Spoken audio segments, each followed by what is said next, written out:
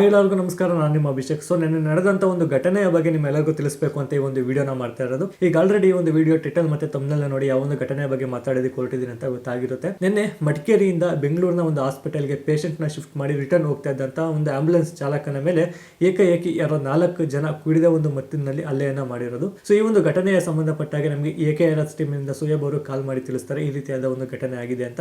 So ಘಟನೆಯ ಬಗ್ಗೆ complete ಆಗಿ ಹೇಳ್ಬೇಕು ಅಂದ್ರೆ ಸೊ ಅದನ್ನ ನಾನು ಹೇಳೋದಕ್ಕಿಂತ ಸೊ ನಾವು ನೆಕ್ಸ್ಟ್ ಆ ಒಂದು ಘಟನೆ ನಡೆದಂತ ಒಂದು ಸ್ಥಳಕ್ಕೆ ಹೋಗಿ ಒಂದು ವಿಡಿಯೋನ ಮಾಡಿದೀವಿ. ಆ ಒಂದು ವಿಡಿಯೋನ ನೋಡಿ ಕಂಪ್ಲೀಟ್ ಆಗಿ ನಿಮಗೆ ಗೊತ್ತಾಗುತ್ತೆ. ನಿನ್ನೆ ಬೆಂಗಳೂರಿನಲ್ಲಿ ನಡೆದ ಘಟನೆ, ಒಬ್ಬ ಆಂಬುಲೆನ್ಸ್ ಚಾಲಕನಿಗೆ 4-5 ಜನ ಕಾರಲ್ಲಿ ಬಂದು ಅಟ್ಯಾಕ್ ಮಾಡ್ತಾರೆ ಸುಮ್ನೆ. ಅಂದ್ರೆ ಫುಲ್ ಡ್ರಿಂಕ್ಸ್ ಮಾಡಿ ನಶೆಯಲ್ಲಿದ್ದು ಫುಲ್ ಹೊಡೆದಿದ್ದಾರೆ. ಈ ತರ ಹೊಡೆದಿದ್ದಾರೆ. ಅವರಿಗೆ ಅಲ್ಸೂರ್ ಸ್ಟೇಷನ್ ಅಲ್ಲಿ FIR ದಾಖಲೆ ಆಗಿದೆ. ಅವರು ಫೋನ್ ರಿಸೀವ್ ಮಾಡ್ತಿಲ್ಲ, ಪೊಲೀಸರು ಫೋನ್ ಮಾಡಿದ್ರು ರಿಸೀವ್ ಮಾಡ್ತಾ ಇಲ್ಲ. ಈ ತರ ಬೇರೆಯವ್ರಿಗೆ ಆಗ್ಬೇಡ್ದಂತ ನಮ್ದು AKRS ಟೀಮ್ ಇಂದ ನಾವು ಮನವಿ ಕೇಳ್ತಿದೀವಿ ಅಷ್ಟೇ. ಮತ್ತೆ ಈಗ ಇವ್ರಿಗಾಗಿರ್ಬೋದು, ನಾಳೆ ಬೇರೆಯವ್ರಿಗೆ ಆಗುತ್ತೆ. ಯಾವುದೇ ಡ್ರೈವರ್ ಆಗ್ಲಿ ಅವ್ರ ಮನೆಯಿಂದ ಅವ್ರ ಫ್ಯಾಮಿಲಿಗೆ ಬಿಟ್ಟು ಹೋಗಿರ್ತಾರೆ. ಇದು ಹೆಚ್ಚಿನ ಮಾಹಿತಿಗಾಗಿ ಆಕ್ಸಿಡೆಂಟ್ ಏನಾಗಿದೆ ಅವ್ರ ಹತ್ರನೇ ಕೇಳೋಣ. ಮಾತಾಡಿ ಅವ್ರ ಹತ್ರ ಏನಾಗಿದೆ. ನಾವು ಸಿಗ್ನಲ್ ಅಲ್ಲಿ ತಗೊಂಡೋಗಿ ಆಂಬುಲೆನ್ಸ್ ನ ಪಾರ್ಕ್ ಮಾಡಿದ್ವಿ. ಅಷ್ಟೊತ್ತಿಗೆ ಅವರು ಗ್ಲಾಸ್ ಓಪನ್ ಮಾಡ್ಬಿಟ್ಟು ಜಸ್ಟ್ ಅವರು ಸಂಬಂಧ ಇಲ್ಲ ನಮಗೆ, ಸುಮ್ಮನೆ ಮಾತಾಡಿದ್ರು ನಗಾಡ್ಕೊಂಡು ಕಾಮಿಡಿಯಾಗಿ. ಅಷ್ಟೊತ್ತಿಗೆ ಎಲ್ಲ ಮಾತುಕತೆ ಇತ್ತು, ಸೈಲೆಂಟಾಗಿ ನಿಂತಿದ್ವಿ. ಹಿಂದೆಡೆ ಬ್ಯಾಕ್ ಸೈಡಿಂದ ಒಬ್ಬ ಇಳಿದು ಬಂದಿದ್ವಿ, ನಾವು ನೋಡಿಲ್ಲ. ಇಳಿದು ಬಂದು ತಾರಮರ ಹೊಡೆದ್ಬಿಟ್ಟು 3 ಜನ ಪುನಃ ಇಳಿದ್ಬಿಟ್ಟು ಡೋರೆಲ್ಲ ಲಾಕ್ ಮಾಡಿಬಿಟ್ಟು ಹೊಡೆದ್ಬಿಟ್ಟು ಹೋಗ್ಬಿಟ್ರು. ನಾವು ನಮ್ಮ ಪಾಡಿಗೆ ಪೇಷಂಟ್ನ ಕರ್ಕೊಂಡೋಗಿ ಜಯದೇವ್ ಹಾಸ್ಪಿಟಲ್ಗೆ ಡ್ರಾಪ್ ಮಾಡಿ, ಅಲ್ಲಿಂದ ವಿಕ್ಟೋರಿಯಾಗೆ ಹೋಗಿ ಅಲ್ಲಿ ಜಯದೇವ್ ಆಗಲಿಲ್ಲ, ವಿಕ್ಟೋರಿಯಾ ಡ್ರಾಪ್ ಮಾಡಿ ನಂತರ ನಮ್ಮ ಏನು ಕಾರ್ಯ ಇದೆ ಪರ್ಸ್ನಲ್ ವಿಷಯಕ್ಕಾಗಿ ನಾವು ದೊಡ್ಡನಕುಂಟೆ ಹೋಗಿದ್ವಿ. ಅಲ್ಲಿಂದ ನಮ್ಮ ಕಾರ್ಯ ಮುಗಿಸ್ಕೊಂಡು ರಿಟರ್ನ್ ಬರುವಾಗ ಜಯನಗರ ಹೋಗ್ತಾ ಇದ್ವಿ. ರಿಟರ್ನ್ ಬರೋ ಸಮಯದಲ್ಲಿ ಕಮಾಂಡೋ ಹಾಸ್ಪಿಟಲ್ ಸಿಗ್ನಲ್ಲಿ ನಾವು ನಮ್ಮ ಪಾಡಿಗೆ ನಿಲ್ಸಿದಷ್ಟೇ. ಏನು ಕಾರಣ, ನಮ್ಮ ಪಾಡಿಗೆ ನಾವು ಗಾಡಿ ನಿಲ್ಸಿದಷ್ಟೇ.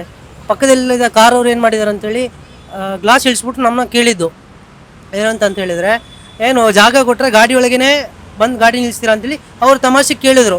ನಾವು ತಮಾಷೆಗೆ ನೋಡಿ ಸರ್ ನಿಮ್ಗೆ ಹೇಗೆ ಆಗುತ್ತೆ ಹಾಗೆ ಮಾಡ್ತೀವಿ ಅಂತ ಹೇಳಿದ್ವಿ ಅಷ್ಟೇ. ಅಲ್ಲಿಗೆ ಮುಗೀತು. ನಂತರ ಗಾಡೀಲಿ ಕೂತಿದ್ದ ಹಿಂದ್ಗಡೆ ಇಬ್ಬರು ಸಡನ್ನಾಗಿ ಇಳಿದು ಬಂದು ನಮ್ಮ ಡ್ರೈವರ್ ಏನಿದ್ದಾರೆ ಅವ್ರನ್ನ ಬ್ಲಾಕ್ ಮಾಡಿ ಒಂದೆರಡು ಏಟು ಹೊಡೆದಿದ್ದಾರೆ.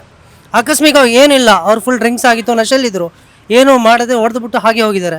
ಇದನ್ನ ಇಲ್ಲಿಗೆ ನಿಲ್ಸೋಕೆ ನಾವು ಬಿಡೋದಿಲ್ಲ. ಸುಮ್ಮನೆ ಆಕಸ್ಮಿಕವಾಗಿ ಹಲ್ಲೆ ಮಾಡೋದು ಸರಿಯಲ್ಲ. ನಮ್ಮ AKRS ಗ್ರೂಪಿಂದ ನಾವು ರಿಕ್ವೆಸ್ಟ್ ಮಾಡೋದು ಏನಂದರೆ, ಇವತ್ತು ನಮ್ಮ ಡ್ರೈವರಿಗೆ ಆಗುತ್ತೆ, ನಾಳೆ ಆಟೋ ಡ್ರೈವರ್ಗೂ ಆಗ್ಬೋದು, ನಾಳೆ ಶಿಫ್ಟ್ ಡ್ರೈವರ್ಗೂ ಆಗ್ಬೋದು. ಯಾವುದೇ ಡ್ರೈವರ್ ಅಂದರೆ ಎಲ್ಲರೂ ಒಂದೇ ಡ್ರೈವರು.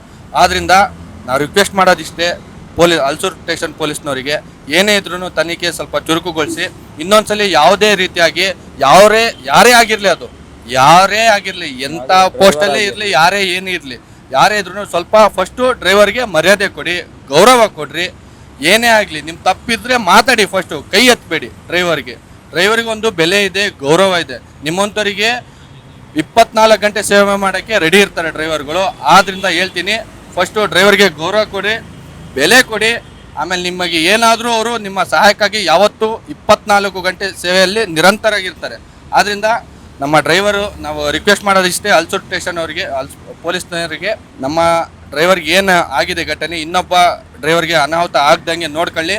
ನಮಗೊಂದು ಇದು ರಿಕ್ವೆಸ್ಟ್, ಕ್ಷಮೆಯನ್ನು ಯಾಚಿಸ್ಬೇಕು. ಅವರು ಯಾರು ಘಟನೆ ಮಾಡಿದಾರೋ ಅವರು ನಮ್ಮ ಡ್ರೈವರಿಗೆ ಬಂದು ಕ್ಷಮೆ ಯಾಚಿಸಿ ಇದು ಮಾಡಬೇಕು.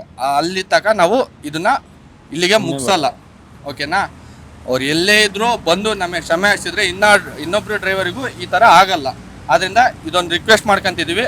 ಪ್ಲೀಸ್ ನಮಗೆ ಅಲ್ಸೂರ್ ಸ್ಟೇಷನ್ ಪೊಲೀಸ್ನವರು ನಮಗೆ ಹೆಲ್ಪ್ ಮಾಡ್ಕೊಡ್ಬೇಕಂತ ವಿನಂತಿಸ್ಕೊಂತೀವಿ. ಸೊ ಇದು ಬಂದು ನಿನ್ನೆ ಸಂಜೆ ನಡೆದಿರುವಂಥ ಒಂದು ಘಟನೆ. ಈ ಒಂದು ಘಟನೆ ಬಂದು ಅಲ್ಸೂರ್ ಪೊಲೀಸ್ ಸ್ಟೇಷನ್ ಲಿಮಿಟ್ಸ್ ಅಲ್ಲಿ ನಡೆದಿರೋದ್ರಿಂದ AKRS ಟೀಮ್ನವರೆಲ್ಲರೂ ಕೂಡ ಅಲ್ಸೂರ್ ಪೊಲೀಸ್ ಸ್ಟೇಷನ್ಗೆ ಹೋಗಿ ಅಲ್ಲಿ ಕಂಪ್ಲೇಂಟ್ ಅನ್ನ ಕೊಡ್ತಾರೆ. ಸೊ ಅಲ್ಲಿ ಆ ಪೊಲೀಸ್ನವ್ರಿಗೆ ನಿಜಕ್ಕೂ ಥ್ಯಾಂಕ್ಫುಲ್ ಅನ್ನ ಹೇಳ್ಬೇಕು. ಯಾಕಂದ್ರೆ ಅಲ್ಲಿ SI ಹೆಸರು ಬಂದು ನನಗೆ ನೆನಪಾಗ್ತಾ ಇಲ್ಲ. ಅವರು ಒಂದು ಮಾತನ್ನ ಹೇಳ್ತಾರೆ, ಸೊ ನೀವು ಆಂಬುಲೆನ್ಸ್ ಡ್ರೈವರ್ಸ್ಗಳು ಬಂದು ನಾವು ಹೇಗೆ ಪೊಲೀಸ್ನವ್ರು 24 ಗಂಟೆ ಕೆಲಸನ ಮಾಡ್ತೀವಿ, ಅದೇ ರೀತಿ ನೀವು ಕೂಡ ನಿಮ್ಮ ಒಂದು ಪ್ರಾಣನ ಪಣಕ್ಕಿಟ್ಟು ಇನ್ನೊಂದು ಪ್ರಾಣನ ಉಳಿಸೋದಕ್ಕೆ ಮುಂದಾಗ್ತೀರಾ. ಸೊ ನಾವು ನಿಮಗೆ ಈ ಒಂದು ಕೇಸ್ನ ಆದಷ್ಟು ಬೇಗ ಸಾಲ್ವ್ ಮಾಡ್ಕೊಡ್ತೀವಿ, ನಿಮಗೆ ನ್ಯಾಯನ ಕೊಡಿಸ್ತೀವಿ ಅಂತ ಹೇಳಿ ಅಲ್ಲೇ ಮಾಡಿದಂತ 4 ಜನ ಏನಿರ್ತಾರೆ, ಸೊ ಅವ್ರನ್ನ ಅವತ್ತಿನ ಸಂಜೆ ಅಷ್ಟರೊಳಗೆ ಪೊಲೀಸ್ ಸ್ಟೇಷನ್ಗೆ ಕರೆಸ್ಕೊಳ್ತಾರೆ. ಸೊ ಅದಾದ ನಂತರ 4 ಜನರನ್ನ ಎನ್ಕ್ವೈರಿ ಮಾಡ್ತಾರೆ. ಎನ್ಕ್ವೈರಿ ಮಾಡಿದ ನಂತರ ಸೊ ಆ 4 ಜನರು ಕೂಡ ಅವರ ಒಂದು ತಪ್ಪನ್ನು ಒಪ್ಕೊಳ್ತಾರೆ. ಸೊ ನಮ್ಮಿಂದ ಈ ರೀತಿ ತಪ್ಪಾಗಿದೆ, ಮುಂದೆ ಈ ರೀತಿ ಆಗೋದಿಲ್ಲ, ನಮ್ಮನ್ನ ಕ್ಷಮಿಸ್ಬಿಡಿ ಅಂತ.